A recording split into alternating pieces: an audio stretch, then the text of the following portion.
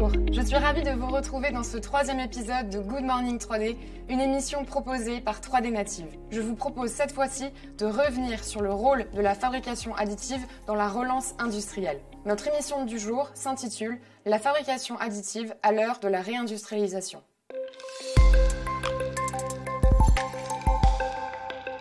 Pour commencer notre émission, je vous propose de revenir sur une statistique clé du secteur. Selon le Digital Manufacturing Report, qui a été réalisé par la société HP en novembre dernier auprès de 2175 entreprises, 93% des sondés déclarent être à la recherche de nouveaux modèles de production et de chaînes d'approvisionnement.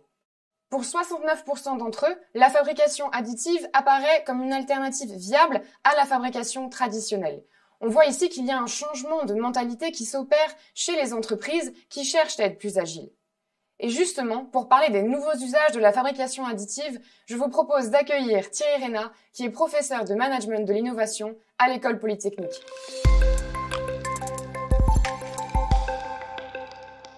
Bonjour Thierry Rénat, merci d'avoir accepté notre invitation. Vous êtes professeur de management de l'innovation à l'École Polytechnique et parmi les innovations que vous couvrez, la fabrication additive a été un sujet récurrent. Sur quoi vos recherches portent-elles exactement dans le cadre de la fabrication additive ? Bonjour Mélanie, merci beaucoup pour cette invitation. Eh bien, mes recherches sur la fabrication additive portent sur, d'une part, les transformations que ces technologies apportent en termes de stratégie, de business model, et puis plus largement l'impact de ces technologies sur la société et sur l'économie, et également sur les problématiques d'adoption de ces technologies. Essayer de comprendre en fait les formes d'utilisation de la fabrication additive, l'objectif de ces utilisations et les usages qui peuvent en être faits. Donc justement, l'une de vos conclusions porte sur les raisons qui poussent une entreprise à choisir ou non la fabrication additive. Et vous avez identifié 3 cas pour lesquels l'impression 3D représente une réelle valeur ajoutée. C'est bien cela ? C'est ça. Alors, en fait, l'impression 3D est vraiment intéressant comme technologie. Parce que, de fait, c'est une technologie pleine de promesses. Il y a eu beaucoup de phénomènes de mode, plus ou moins récurrents, mais c'est une technologie qui a une trentaine d'années. Et de fait, malgré tous les bénéfices de la technologie, on se rend compte que finalement, alors là, on a la chance d'être dans une pièce où il y a plein de choses imprimées en 3D, mais le reste du temps, c'est pas le cas. Donc pour une technologie qui a 30 ans et qui a aussi finalement autant de bénéfices, c'est assez surprenant. Et ça, c'est dû au fait qu'il n'y a que seulement 3 cas en fabrication directe dans lesquels la technologie gagne tout le temps. Des questions de lead time, donc on a besoin de produire quelque chose extrêmement rapidement, et ça, il n'y a pas photo. Vous êtes une écurie de Formule 1, vous avez besoin d'améliorer un aileron ou une pièce de moteur, de toute façon, ça va être la fabrication additive. Vous n'avez pas le temps de vous outiller. Deuxièmement, c'est la production de petites séries. Puisqu'il n'y a pas d'économie d'échelle, en fait, on peut produire des très petites séries de manière économique, mais du coup, ça veut dire qu'on est vraiment dans une problématique de personnalisation de masse.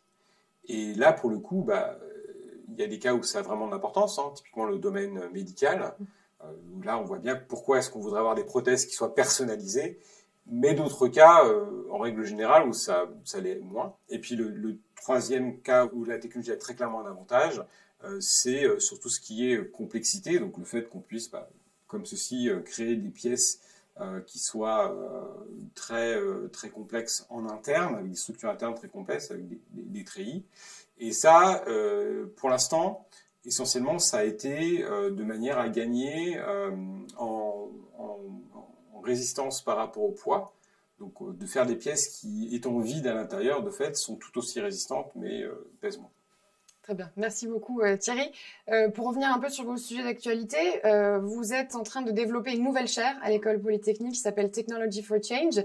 Est-ce que vous pouvez nous en dire plus sur ce programme, mais également le rôle que peut jouer la fabrication additive dans une relance industrielle ?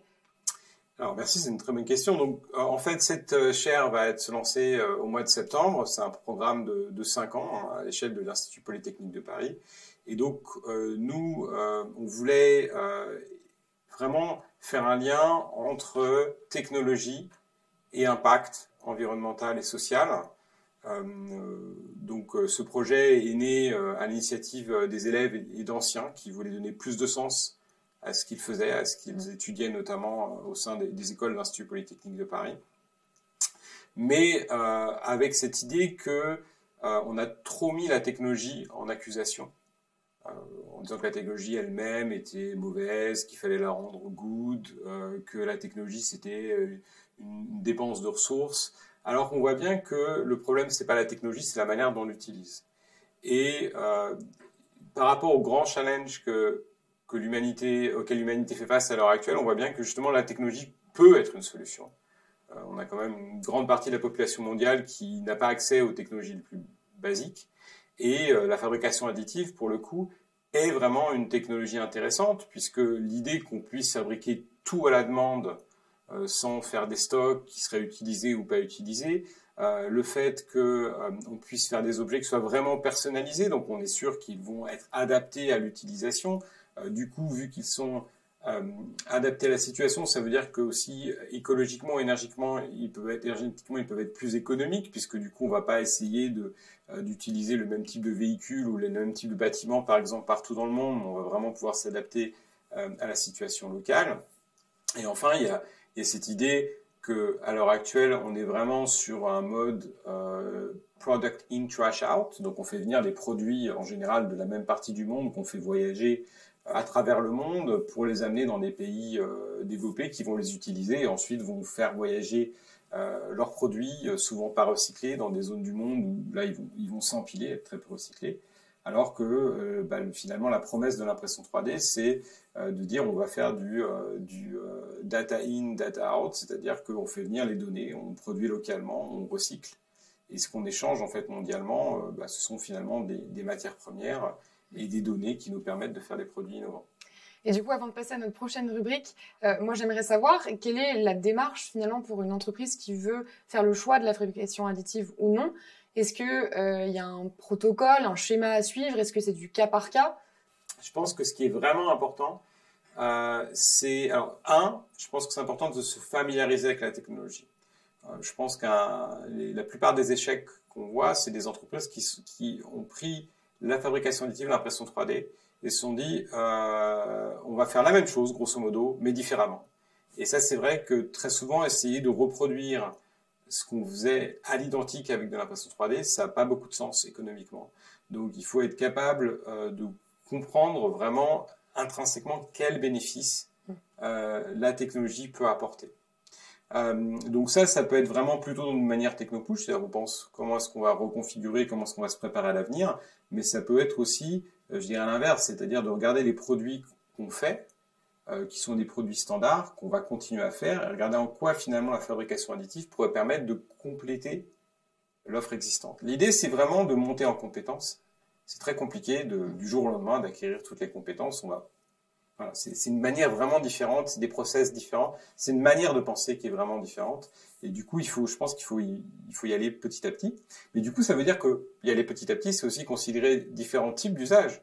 Et peut-être qu'on va commencer par faire du prototypage ou de l'outillage. On va commencer par le petit bain avant de se lancer directement dans la mer. Et donc, je pense que c'est une bonne manière d'aborder les choses.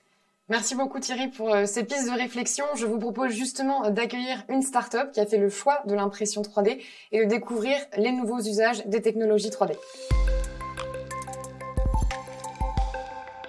Bonjour Xavier Dehaies, vous êtes le fondateur et le dirigeant de MyFit Solutions. Bonjour. Merci d'avoir accepté notre invitation et surtout de vous prêter à cet exercice qui n'est pas simple puisque, je le rappelle, Xavier va avoir 60 secondes montre en main pour présenter son projet avec l'impression 3D. Dès que vous êtes prêt, Xavier, je lance le chronomètre. Eh bien, je suis Xavier Dehaies, donc le fondateur de MyFit Solutions. Alors nous, on fait de la prise de mesure et du scan 3D directement depuis les mobiles. C'est-à-dire qu'on permet aux marques et aux industriels d'acquérir la forme et les dimensions du corps de leurs clients pour leur fournir des produits sur mesure. Donc notamment, je vous ai amené des produits pour vous montrer un petit peu à quoi ça ressemble. Là, on a des embouts d'écouteurs pour les écouteurs de musique. Donc c'est-à-dire qu'on vient acquérir la forme de l'oreille, on tire 15 points de mesure et on a quelque chose qui est parfaitement adapté pour un confort, un maintien et une qualité de son optimale.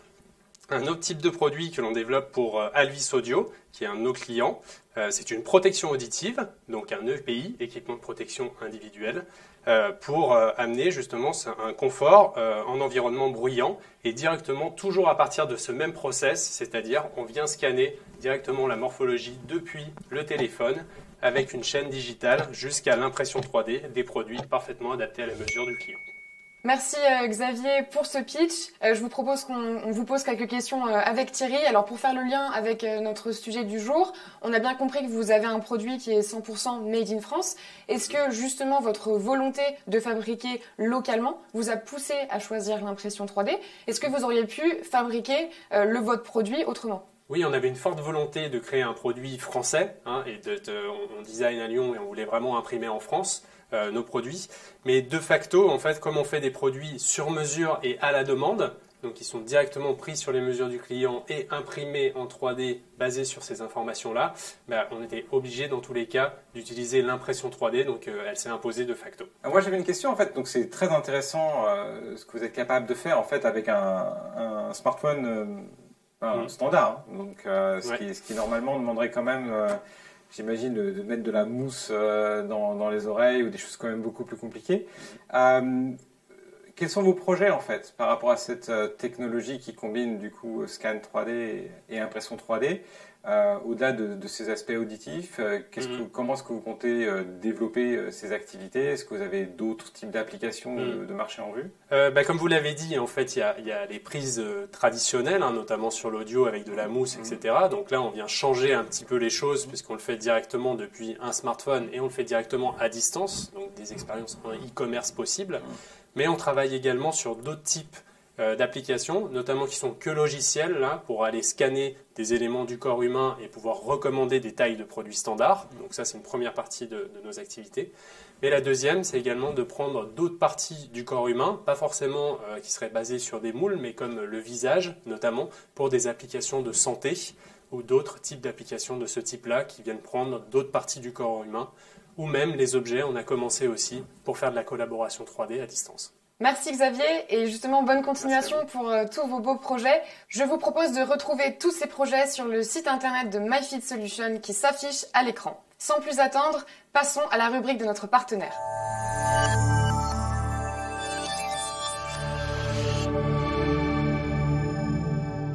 Bonjour Sandrine Faré, bonjour Nicolas Bedouin. Sandrine, vous êtes la responsable marketing de la division HP 3D Printing France. HP qui s'est lancé sur le secteur de la fabrication additive en 2016 en développant sa propre technologie HP Multijet Fusion. Est-ce que vous pourriez nous rappeler l'approche adoptée par HP et les grands axes de développement? Oui, bonjour Mélanie. En effet, je pense que c'est important de rappeler pourquoi et comment HP s'est lancé sur le marché de la fabrication additive. Déjà, HP, c'est un inventeur depuis plus de 80 ans, avec 26 000 brevets déposés, une expertise reconnue en matière de sciences des matériaux. Donc c'est déjà en capitalisant sur ces capacités qu'on a souhaité développer une nouvelle technologie, ce qu'on appelle la technologie multijet fusion. Et puis en parallèle de ça, c'est vrai que HP a réfléchi de manière continue sur l'impact de ses produits, de son activité sur l'environnement. Le développement durable, c'est vraiment devenu une problématique très, très importante dans le cadre de la stratégie d'HP. Alors, comment avoir un impact positif sur la planète, sur les hommes, sur les communautés, y compris industrielles. Donc, par définition, la fabrication additive n'utilise que la matière utile et puis aussi permet davantage de réparabilité, par exemple. Donc, tout naturellement, la fabrication additive faisait sens dans la stratégie de développement d'HP. Puis, dernier point, j'ai envie de dire aussi, aujourd'hui, ce qui compte pour des décideurs, c'est l'autonomie de leur production et de leur distribution. Donc la fabrication additive, ça permet aussi de maintenir de l'emploi sur le territoire et tout en respectant l'environnement. Très bien, merci Sandrine. Bonjour Nicolas Bedouin, vous travaillez quant à vous au CEA en tant que directeur adjoint des partenariats industriels. Alors pourriez-vous nous rappeler les grands axes de développement du CEA et pourquoi l'impression 3D est clé pour vous, notamment à travers votre partenariat avec HP? Au CEA, on a une vraie mission d'être au service de l'industrie. Dans ce cadre-là, on essaye d'accompagner autant que possible l'industrie française dans sa transformation digitale, en développant et en montant en maturité des briques technologiques et en leur transférant ces briques technologiques. Et forcément, on s'est emparé du sujet de la fabrication additive qui, pour nous, peut amener des vraies ruptures vis-à-vis des grands verticaux industriels, d'un point de vue, on va dire, compétitivité et création d'emplois en local. Et c'est pour ça que le CEA, on va dire, s'est emparé du sujet et essaye aujourd'hui, à travers des plateformes technologiques, d'accompagner un certain nombre de grands partenaires industriels, mais aussi essaye d'être un catalyseur dans l'adoption de cette technologie vis-à-vis de l'industrie, et c'est entouré on va dire, des meilleurs, en créant des écosystèmes avec HP, mais aussi avec, on va dire, un certain nombre de grands industriels sur la chaîne numérique comme Siemens, ou les matériaux comme Arkema et BASF. Alors vous avez parlé tous les deux d'adoption de la technologie. Moi, ce qui me fascine dans la fabrication additive, c'est le nombre toujours plus grandissant d'industries, de secteurs qui décident d'avoir recours aux technologies 3D. Sandrine, est-ce que vous pourriez nous donner des exemples de secteurs que vous accompagnez aujourd'hui? Oui, alors on peut dessiner 4 grands secteurs parmi l'utilisateur de notre technologie en France et dans le monde. Donc évidemment l'industrie manufacturière, mais le médical est très important. Et donc effectivement, la fabrication additive, ça prend tout son sens dans ce secteur grâce à la personnalisation que cela permet. L'automobile, tout ce qui est mobilité, avec tous les enjeux en fait qui sont liés à la réduction du poids des véhicules pour les véhicules électriques et autonomes. Donc là, l'impression 3D permet de concevoir différemment, d'alléger les éléments. Donc là, c'est très important. Et puis aussi les biens de consommation d'une manière assez large.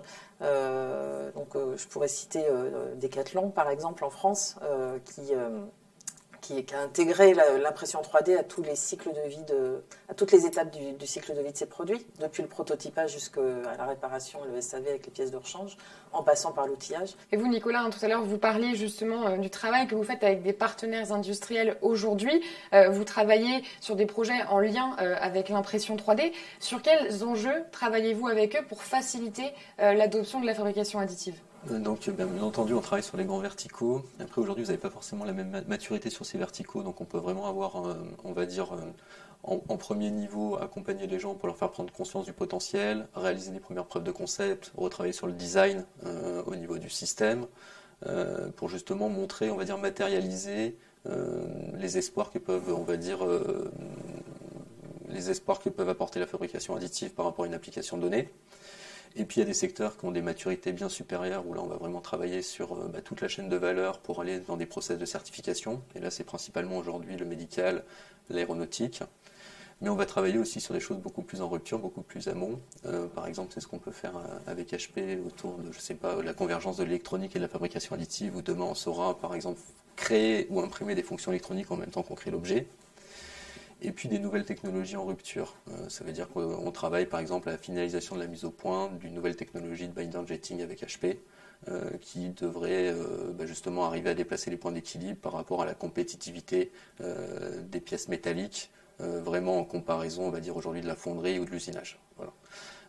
On peut aussi avoir des problématiques très pragmatiques parce qu'à un moment, le diable est dans les détails, et pour arriver justement à réaliser la promesse et aller jusqu'à la mise sur le marché, vous avez autant l'impression est très industrielle, autant toutes les étapes de post-traitement sont encore assez artisanales. Et donc il y a tout un enjeu d'améliorer le nettoyage, d'améliorer aussi les aspects de surface, les finitions, voire conforter d'autres propriétés comme l'anti-feu. Et c'est que ça, une fois qu'on a réussi, on va dire, à lever tous ces petits verrous, que l'impression 3D devient un outil industriel. Alors j'imagine que c'est en levant aussi ces verrous qu'on passe dans une optique de compétitivité et que la fabrication additive peut permettre aux entreprises françaises d'être plus compétitives par rapport à ses concurrents étrangers. Alors selon vous, quels sont les bénéfices principaux de la fabrication additive qui vont permettre justement à une entreprise d'être plus productive, plus innovante, plus compétitive? Les bénéfices que ça apporte à une entreprise, ce sont les résultats financiers tout simplement. Produire à la demande, limiter les stocks de pièces de rechange, réduire l'inventaire, ça réduit les immobilisations et donc tout naturellement les résultats financiers.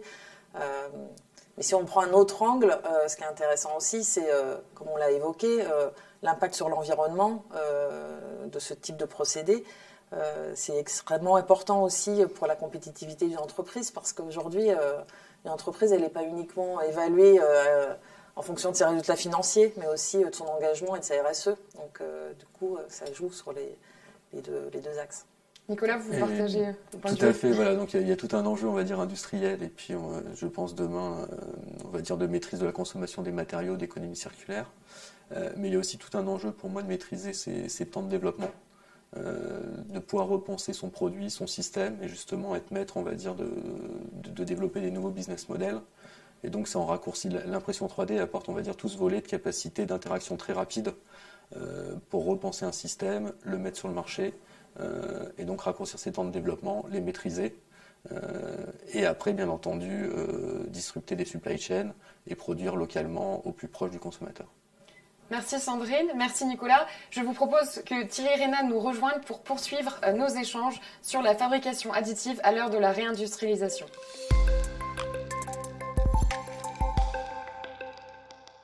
Alors pour débuter notre table ronde, on l'a vu dès les premiers mois de la crise Covid-19, une rupture de la chaîne d'approvisionnement avec comme conséquence un ralentissement, voire la mise à l'arrêt dans certains cas de certaines lignes de production, entraînant des pénuries de produits qui sont aujourd'hui indispensables à l'économie française.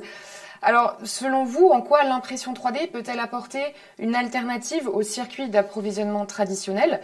Et est-ce que vous auriez des exemples concrets à nous présenter aujourd'hui? Oui, alors c'est vrai que la crise a vraiment mis un grand coup de projecteur sur les atouts de la fabrication additive et ses capacités. Aujourd'hui, on peut produire des vraies pré-séries et la crise l'a illustré. On a pu développer en 48 heures des designs de visières, par exemple, pour les personnels hospitaliers au début du confinement. Et plus de 15 000 visières ont été fabriquées en moins de 5 semaines. Donc ça n'aurait pas été possible avec un autre procédé de fabrication conventionnelle. Oui, donc forcément, je pense que la crise nous a montré justement à quel point on avait des problèmes de supply chain et directement, on va dire, sur les dispositifs médicaux et puis tous les consommables.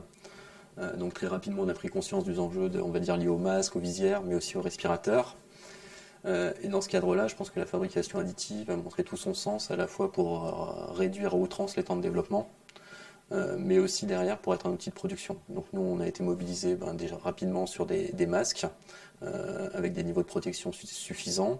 Et donc, on va dire, toute la partie, on va dire, interaction numérique nous a permis d'interagir très rapidement sur le design pour avoir des niveaux de filtration et puis pouvoir épouser, on va dire, le visage de l'ensemble d'une population.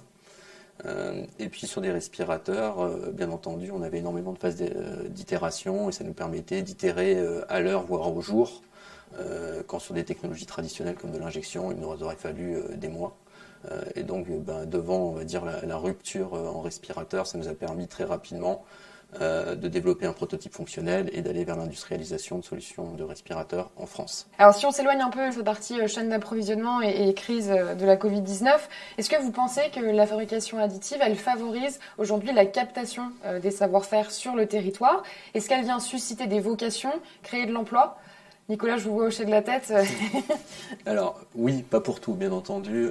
On va rester dans un monde mondialisé. Maintenant, pour des applications à forte valeur ajoutée ou pour des enjeux de souveraineté forte, la fabrication additive a tout son rôle à jouer. Bien entendu, en plus, on n'a plus d'enjeu d'économie d'échelle. Ça veut dire qu'aujourd'hui, si on arrive à maîtriser toute la chaîne de valeur, le coût de la main-d'œuvre sera quasiment nul. Et puis on va pouvoir aussi permettre un certain nombre de personnalisations. Donc pour moi, on va quand même toucher du doigt sur des applications à forte valeur ajoutée, une volonté de réindustrialiser, sachant qu'on n'aura plus de gains économiques à globaliser et du moins à sous-traiter en Chine par exemple. Vous évoquiez vous posiez la question sur la création de vocations. Donc moi je pense que oui, en effet, c'est un secteur qui suscite beaucoup de vocations. On l'a vu notamment au travers des startups que vous présentez dans cette émission. Néanmoins, je pense que le frein principal, il n'est pas tant au niveau de la vocation, mais plutôt au niveau de l'accompagnement et de la formation en fait des talents qui soient capables d'évoluer dans ce secteur. On a réalisé une étude dans l'an passé qui montrait, enfin en tout cas où les décideurs déclaraient pour 60% d'entre eux qu'il fallait étoffer davantage la formation professionnelle.